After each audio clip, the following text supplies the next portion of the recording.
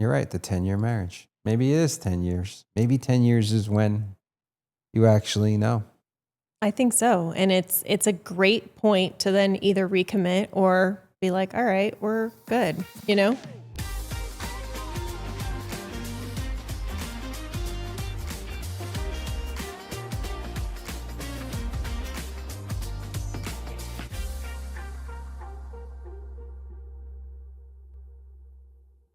Feeling kind of cozy today. I am too. I have a cute shirt on under this, but I was so cold that I was like, I'm going to keep my sweatshirt on. So here we are in the fall. I know. Out of the blue. And maybe that's the topic today, the name of it. Out of the blue. No, well, that's not a bad one too. But I was going to say the fall of a marriage. Ooh, I like or that the too. fall of the marriage. Life kind of imitates life imitates art, art imitates life. I forgot the exact saying. A lot of our topics get inspired by true events. Yeah. Or things we hear about, right?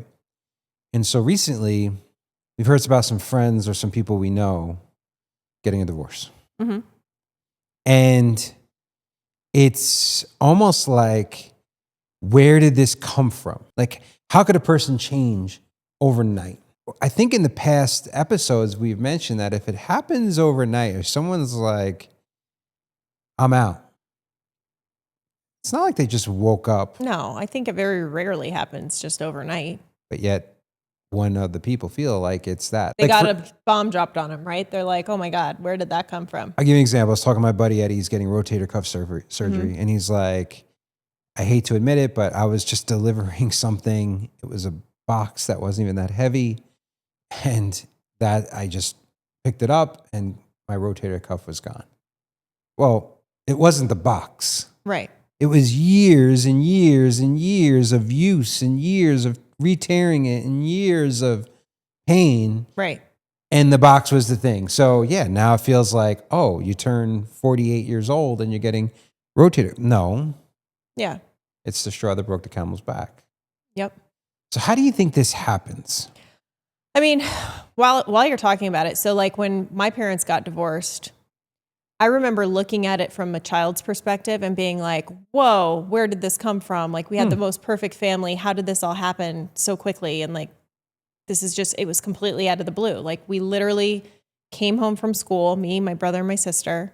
My mom brought us into the living room. She sat us down, or into the kitchen. She sat us down at the kitchen table and she was like, I'm leaving. Like I'm not in love with your dad anymore and we're getting a divorce. Are you comfortable with this? Yeah. Okay. And I was in shock. Like I was like, wait, what? This could not be possible. How old were you? 13. So you're telling me as like Ella and Lola's age, right between our them. kids. Yep. There's no way, like, how did you not have any so inkling? that's the thing is like when I look back on it, I'm like, oh my God, it came out of the blue. But then I was like, wait a minute. No, it didn't. Because before that, I can't remember the exact details because again, I was really young, but I do remember my parents separating. Like they got a separation. Oh, they did. One of my parents, I can't even remember which one. You don't have a great memory. I know, I have the worst memory. I think my mom went to my grandma's house and my dad stayed in the house. Yeah. And I think maybe we went back and forth. I'm not sure. I would have to ask my parents about it if they would even remember. Ask your sister, see what she remembers because she was older. She was 17. Yeah, she would probably have known what was going on. And I also remember like the fights escalating, you know, like the arguments. I remember like, you know, my parents growing up for a long time, they would never fight in front of us. And right before that, they started to fight in front of us. And like we started to hear So things. in this case, they knew. But is it, all right, so maybe it's not necessarily a surprise that it actually has this outcome, but maybe it's a surprise for one person where it's like, I felt like we were going to fight for this and now it's really over. And now we're giving up. And not only is it really over, we went from like being on the same team to at least trying to save it to like war or complete indifference. Right. And one person may just be like, hey, I'm still willing to work on this. And the other person may be like, well, I'm not, and I'm done and I'm over it. I think that happens more often than not. Or maybe the person that was willing to work on it finally gave up and said, I'm not going to carry this whole thing myself. And the other person was unwilling. And finally, I don't want to stereotype this, but at least in the last 5 that I've seen, it's been the woman wanting to work on it, the man going, things are fine, we can make it work, and the woman finally going, nope, I'm done. Mm-hmm. And then the man going, whoa, whoa, whoa, whoa, whoa, right? It feels like that. I mean, I'm sure it's overly stereotypical. I'm sure there's obviously other ways, but let's just take men and women out of it. Mm-hmm. It feels like that's the way it goes, whether it's the man or the woman. Yeah. One person is trying to like go, we got to go to therapy. We got to shake this up. We got to break something. We got to go. And the other one's like, maybe not taking it seriously, but just being a little delusional or wanting not to address it. Right. Right. Well, yeah. And it's the attachment styles that show up. It's how you deal with things. And, like all of that starts surfacing when you start to have this turmoil in your marriage. And then things start just slowly dying, It's very hard to tell somebody. And in this case, I didn't. It's very hard to tell somebody that they were at least 50% of the problem. Yeah. Or maybe more. When we talked about having this topic, it was talking about like the life cycles I did some research and it was talking about the life cycles of a marriage, right? And you go through this. Yeah, I brought that up. It reminds me of a business. And you go through this like infatuation, totally in love stage, like the honeymoon phase, right? And then it starts transitioning into this like, who am I now? Like whether you're having kids or you're starting a business like we did, like all these different identities start to pile on to this identity that you already had. And it's like, who am I? What am I in this relationship? What are my roles? And then the next one was this quiet death, right? It's like this slow, which we've talked about a lot on our podcasts about like the volatile deaths are really like if you have enough passion to fight and have sex and like you're just in it, you probably have a better shot of because you haven't given up. Right. But I think a lot of divorce, it is a quiet death. It's not like I feel like the big, okay, now we're definitely getting divorced or we're not making this work is like if somebody cheats or, somebody's just like completely changes their identity and they're completely done.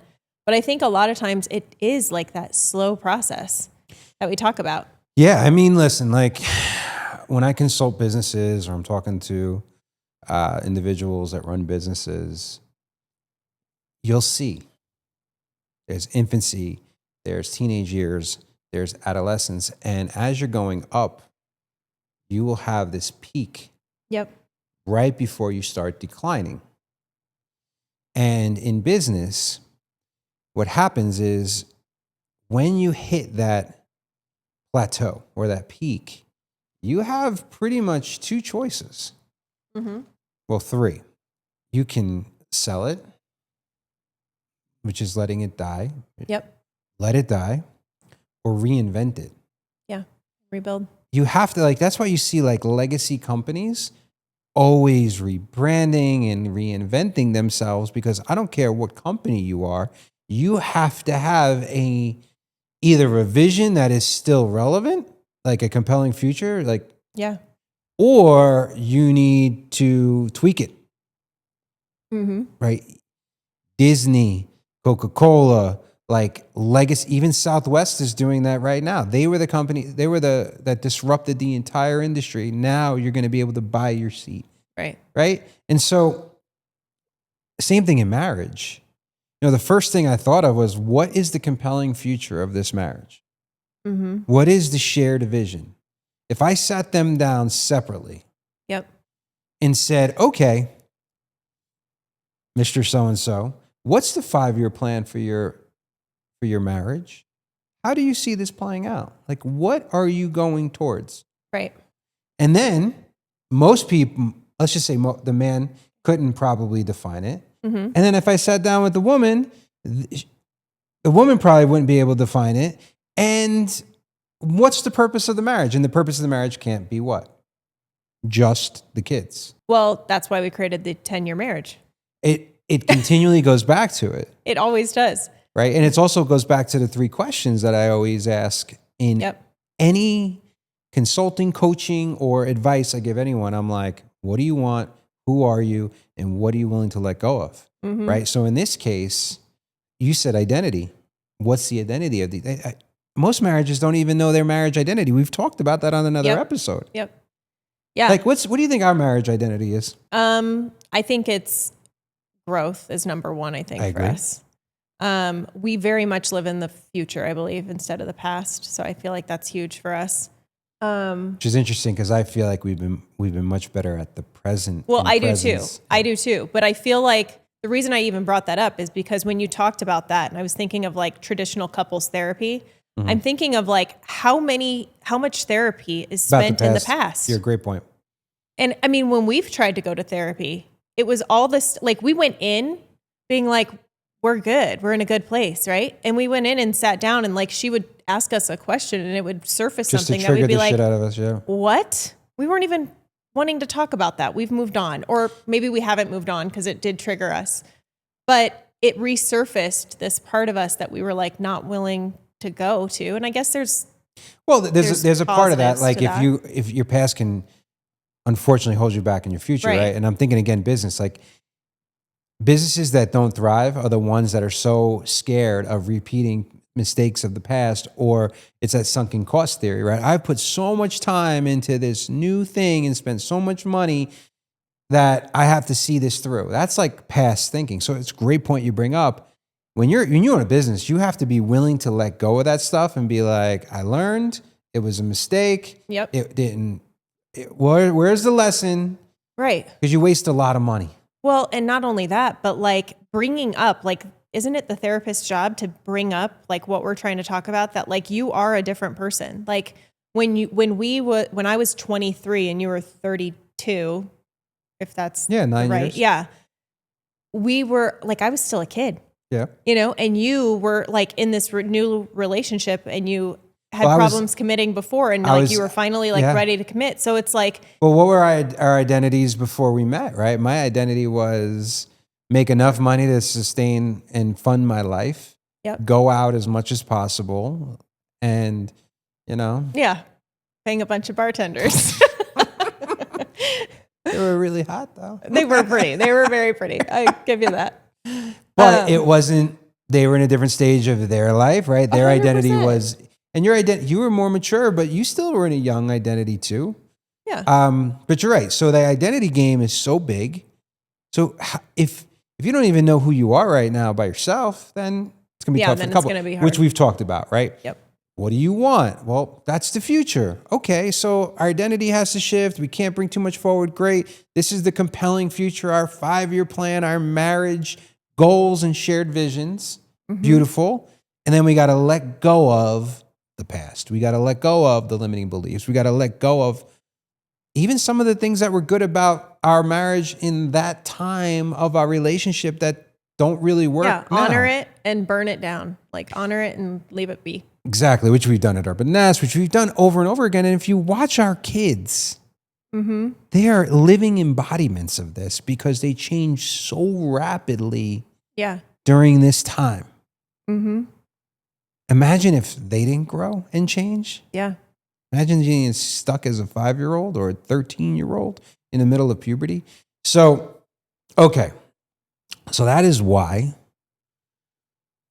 I mean, people don't take advice because they're so stuck in their feelings. When you hit that point in your relationship, if you don't change, it is going to start to die, this quiet death. Some people, though, just let it die and they stay in the relationship. I got more respect for people who are willing to walk away or at least shake shit up and disrupt. Right. Which is another thing I was thinking about is like, is it riskier to shake shit up and bring up uncomfortable things or to just let it ride and then all of the sudden your marriage falls apart and it's like, well, I should have said something. I should have done this. And now it's too late because the other person is checked out. That's a loaded question. I'm going to tell you why. At least in my brain. Risky to lose the marriage? Yes, much riskier. But you're also risking, by not doing it, what is possible in that marriage. Yeah, that's true. So, I could easily look back and be like, man, I shouldn't have done some things in real estate or my business. But like, if I didn't do that, all the good stuff afterwards, like you have to, no risk it, no biscuit. Like that's the game. So our identity, I agree. Growth, love, connection, intimacy as far as like not just sexuality, like that's part of the game, but like I feel solely connected to you, right? Family, energetically connected, transparency and authenticity in our relationship, presence. Like this is identity. Yep. When we're not, which you've mentioned all the time, when we're not going towards something, you think that our relationship stagnates. Right. Right. Yep. So what do we want? Well, we've made it super clear what we want, and we're doing things that are important to get there. Like, what do we want? We have a shared vision. Yeah. Well, we want our Elavana. It's our way of life. It's our rituals. It's our routines. The ranch. With each other as a family. It's the ranch. It's back to nature. It's really like remembering. It's creating. I just looked at all the episodes we've done. It's creating that alternative, the way we want to live our life that we've talked about in 33 episodes. Yeah. Religion, spirituality, education, marriage, friendship, location, community, goals, community, business, growth. Yeah. Right. And it's the next step. So we have reinvented. So if you look at the life cycle of our relationship, I wouldn't say you don't go back to infatuation and infancy. Maybe. Different. Yeah. Because it's hard not to bring all totally. the good with us, right? It's not the infancy, but I think there is a way to fall back in love with your significant other. Without a doubt. But now we're back on the growth curve. Yeah. Rather than the decline. Yeah. But it's a new marriage, it's new people, it's new identities, it's new things to let go. And sometimes it's painful, right? Like it's still painful. It's a death process. Yeah. Yeah. I'll never forget. I got to give Garrett, one of my mentors, credit for this. I'll never forget it. It was such an interesting way. I was actually during Warrior Week in 2016, and I wasn't there for marriage problems. I was there for like a rebirth, actually. Actually, just a remembrance. But a lot of people go to these type of things for either they're having money problems or they're having marriage problems. Yep. Right? And so he's talking about marriage, and he's like, the guy was like, maybe I don't know, we're going to get divorced. And he's like, get divorced. And it was such counterintuitive advice. What do you mean? We're supposed to save the marriage. No, let it burn. And we've talked about this as well, right? We talked about it with Mark Groves. Burn it down. Especially if you feel like the other person is out and you're trying to save it, to be like, you know what? I'm going to give you exactly what you want. Let's get divorced. But let's just divorce and not actually go through with the paperwork. Let's not go through with, let's play it out. And if there's anything left, like I'm awake now. Yeah. And I love you still. And I want to fight for this marriage, for us and for the kids and what we've created together. But I'm willing to burn all the BS down. Let's get two places and let's start dating again and let's see if there's something there. A lot of people aren't willing to do that. It's like you're trying to like fix a broken foundational house. Yeah, but then good luck going out and being single again and like trying to find somebody. You know what I mean? Like, but on the that's what I think. I'm like, fuck. Like I spend 2 nights away from you and I'll be like, okay, let's get remarried. But we do the work. Yeah, totally. What I'm saying is like, so there's really, again, like let's say 3 options here. You're trying to either start completely over with someone new, with all the baggage, or you go right back to, you're on that decline stage and you're just patchworking the problems. Why not do neither? Yeah. And just go, okay, why don't we start over? Let's tear down the floors and layers of this marriage that either no longer serve us or that are broken. Let's tear them out. Let's be willing to be like, you know what? I'm done with that conversation. I'm done trying to fix and solve a problem in the same ways we've done in the past. Let's just throw you know what? You think it's this way? Let's give it a shot. And, you know, while you're saying this is the work that we want to start doing, right? We want to start bringing couples through this process because it's really hard. And I know it would be hard because even when we're in an argument or we're having situations, like it's hard. I know what to say or I know how to break the pattern, but like something in my system doesn't allow it to happen. You're rejecting it. Right? Yeah. And I'm like, nope, it's too vulnerable. I'm not going to do it. I'm not going to say it. It's almost like if we had a guide, a coach, a facilitator help us through that process, it would be so much easier to be like, okay, like here's what I would say, here's what I would do, and then actually like follow through and do that. I know where we're at. Mm-hmm. I know your biggest thing.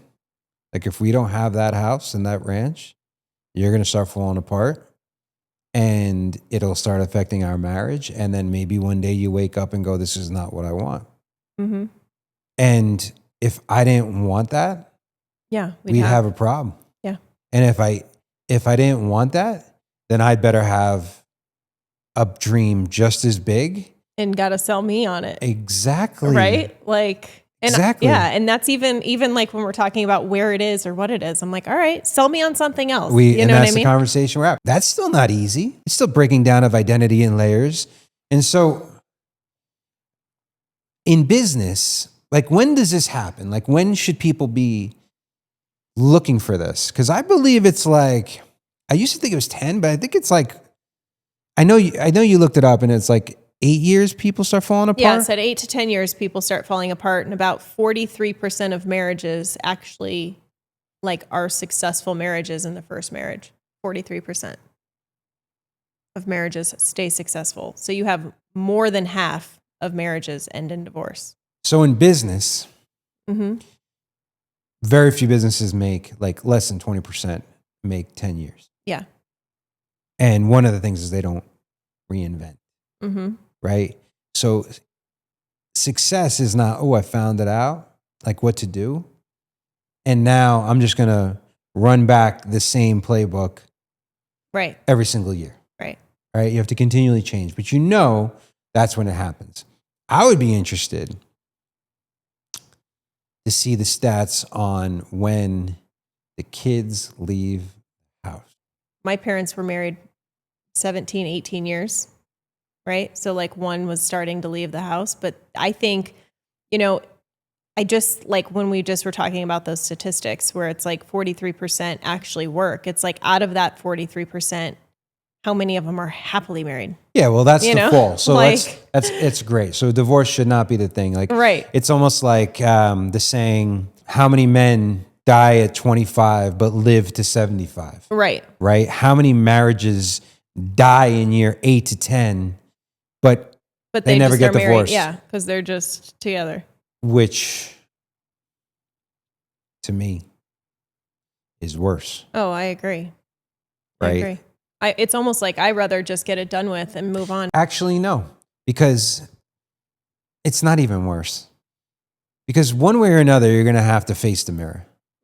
One way or another, you're going to have to face the truth. Because if you get divorced and you just bring the same nonsense into the next marriage, you're just repeating the pattern, same or different woman. Right. I've seen people do this in business. They get out of the business. They think new business. Yeah. They don't have the same problems. Same problems, and then they have the same problems because they didn't change and learn their lessons. That's why I believe, and this is anecdotal, rarely does the second or third or fourth marriage get better. Like somewhere along the line, if you have you need to eat, whether you age and get wise or I don't want to say lower your expectations, but you get clear on what you want. Yeah. Well, and you can see, I think we know a lot of successful second marriages. And I'm like, you can see though that both parties are putting in the work. You know what I mean? I know of a great fourth marriage, a friend of mine, and they've been married now like 25 years. And his friends and people around him like, good luck. Oh, it's like the jokes at his wedding about his fourth marriage. Yeah. And 25 years later, they're married. Yeah. Right? So there's anecdotal, but the point is this. There's a full. Yeah. There's a life cycle of a marriage. And so if you look and you're like, I don't have to do anything. I can just mail it in. No, it's going to happen. There's you either choose to have the conversation or it's going to be chosen for you. Hence why You're right. The 10-year marriage. Maybe it is 10 years. Maybe 10 years is when you actually know. I think so. And it's a great point to then either recommit or be like, all right, we're good, you know? And like that's one of the coolest things I think that we can do with this whole method and this whole idea and this concept is to really like, there are people that I believe I'm like, okay, well, even if you did change or you did really commit to yourself, because that's what it takes, recommitting to yourself to recommit to the other person, but maybe it wouldn't be a successful situation. But there's a way to like go about it to where it's like, that wasn't wasted time, right? There was beauty in that. There was honor to be had. And it's like, okay, well now going into the next, how can we co-parent together? How can we make this the best case scenario with us being apart, right? Because if one person is just done or their identity is completely shifted, like we got one life. You know what I mean? Like people, when you were talking about how our kids change so much and we really notice it as children, like we're changing as adults just as quickly. We just don't realize it because we're not getting physically taller and physically different, but we are changing that rapidly. And it's the same thing. Like I'm excited. You should be excited to set up another 10-year contract. Yeah. Right. And it shouldn't be like this. Oh, like, let's see. Like, I think that the goal of this work is to have that compelling future and be like so fucking excited about it. Like you were, like, I love you more now. Like I'm more excited to remarry you for our next 10 years than I was for the first 10 years. Yeah, I agree. I find you more attractive now. Well, because I am. Just kidding. But that's also a healthy, secure relationship. Right. Right. So we're making these assumptions with people get into marriage as healthy and secure. Right. We weren't. We had our stuff. Right. We had the infatuation that brought us through. Yep. We knew the thing we had in common the most was a vision of a future of what it looked like, which is so important. We talked about that. But it's like a business. Again, like there's so much. It's such a relationship with a business because it's not even money. It's like what I want to do, what my purpose is, how I want to live my life, right? The business is an extension of the founder and whatnot. So it's like you have this is why I want to open a business. And this is why I want to get married. And then once you get married and once you open that business, all the things, all the shit comes out. Yeah. That you have to address. And totally. if you better love that woman enough and you better be committed enough to go and work on it and change it and do everything and be willing to fight and pivot. And put in the work yourself, right? Because it's the same thing with business. Right? Because like you're like, all right, business, you get a pro forma, you get a business plan. And business plans never work out, ever. Someone goes, I'm going to be making this much money by year 3. Yeah. It's either you're going to miss it completely one way or completely the other. Usually it's like super high expectations. You don't hit it. But if you make it past a certain point, you exceed the business plan by a mile. Think about marriages. We have all these expectations. We're in love. We go on the honeymoon, We've hit the peak. And then you travel, then you have business, then you have kids. And then all of a sudden you're like, holy shit. Yeah, I'm an adult. This wasn't what I expected. This is a lot harder. I thought I was going to have sex 5 times a day. Yeah. You know what I mean? Yeah. I thought there was no wrong I could do. But I think that the death and the fall is just a natural state. It's just something that's going to happen. So normalize the fall of the marriage and go into it with eyes wide open. Yes, and choose that the suffering part of it is an optional suffering, right? You don't have to suffer through that, right? You can let it burn, you can let it die. It will be painful, but it's just part of the process. It just is, you know? And it is a wake-up call for you because we weren't in we had to get to a healthy spot, right? So if my parents, when they got divorced, were both at the top of their game, living like 4-dimensional lives, super healthy, mindsets and everything, and just said to each other, we're just not meant for each other. Yeah. We want different things. And then they talk to me like an adult, because I was young, 2, 3 years old, and be like, speak lovingly about each other. Right. I love your dad. I love your mom. We had you together. We spent 7 beautiful years. We were kids. We were 13 and 14 when we met each other. Thank God. Like, that was such a beautiful part of my life, and we have you. And then they went and found other people that like healthy relationships, and then I could have the 4 of them together. Like, that's a completely different thing, because at least I could be like, I love them both so much and they were so great, but I could understand why that part of their lives, like, they just didn't want the same thing. Totally. I mean, I know we're talking in an idealistic situation. But I think it is possible. I think it is possible. And I think that the problem with most divorce is that one person gets so hurt because of all of it, and they're not able to fully just let it go. And that person will just dwell on it. And then, the rejection becomes bigger than the actually wanting of the person. Right. We're kids. We do that right and now. And it's our egos, right? Yes. And it's not just people getting divorced. I mean, our egos come into play on a daily basis, just in the human experience.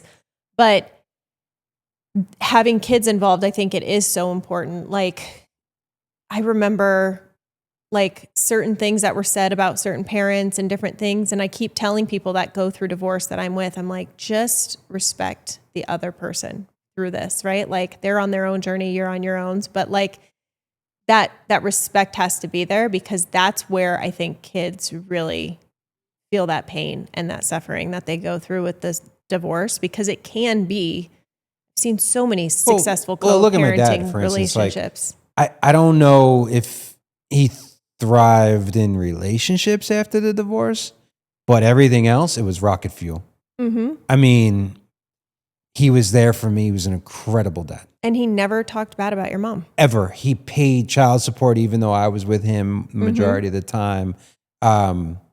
He was like a Superman. Yeah. Like, he did it all. He never missed any football games or baseball games. He was a fireman. He went and got his real estate license. He bought houses. He partnered up to do a restaurant. Like, and before that, he didn't take as many chances. But once that hit, it was like, I have nothing to lose. Now, he put his relationships on the back burner. And I think he was hurt, and I became like a de facto partner for him. Right. But at least people are able to look at him and go, he's not worse, he's better. Right? And so when people get divorced, I'm like, or they do something, I know I've had this conversation like 10 times. I'm like, control what you can control and take care of yourself.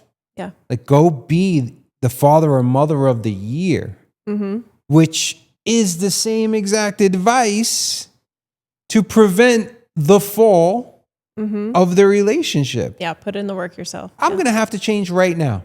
I'm always growing. I'm always evolving. Part of me is always dying. A part of me is always being birthed. Like, you don't get to just cruise control through, and B, why would you want to? This is actually a freeing feeling for me right now, because it doesn't matter what part of your life, whether it's marriage, relationships, whether it's business, whether it's your spiritual purpose game and your mindset, or it's your body. Like, the whole game is always going through this. Yeah, it's all life cycle. Let's wrap it up in a bow. What would you be doing for marriages or couples inside of their relationship right now? Pretty much just go through the process of 10-year marriage, right? I would go through the 10-year marriage method that we talked about, the 3-part system, right? It's the But let's talk about just the fall. Look at it maybe, I'm going to say right now, I'm going to look at it like, it's not a matter of if or when. It's not a matter of, you get a choice. Your relationship is going to have to evolve, and part of it is going to have to die. And so rather than fight it and resist it and get stuck in the in-between and get stuck in the transition and get stuck in between the two identities of your marriage, truly let go. Truly continue having this conversation. Be like, what part are we in? Yep. What do we need to do? What are we excited about? Mm-hmm. And play the game of the 3 questions. Instead of who am I, what do I want, and what do I need to let go of?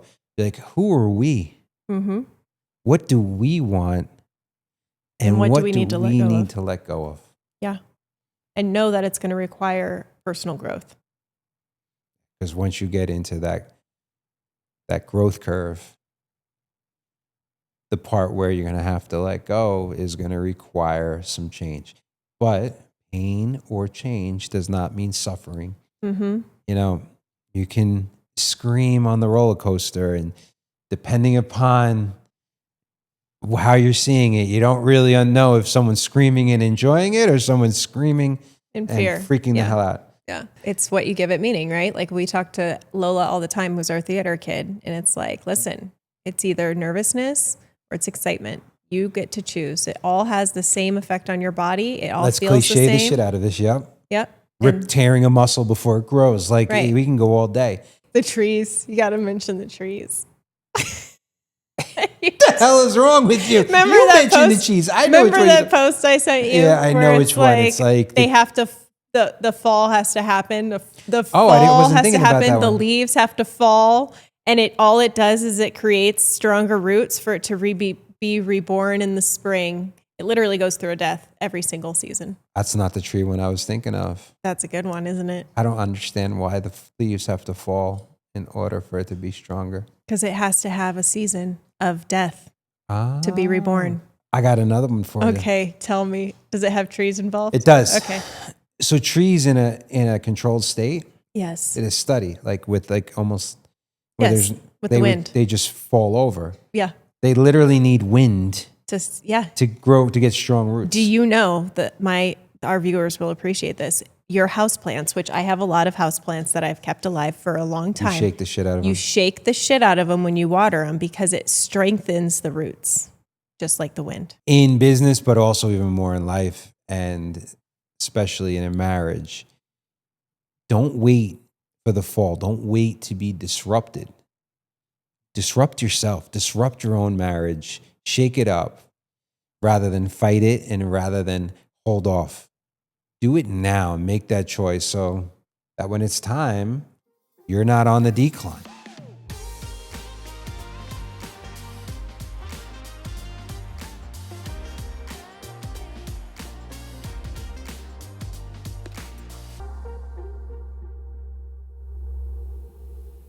Yep.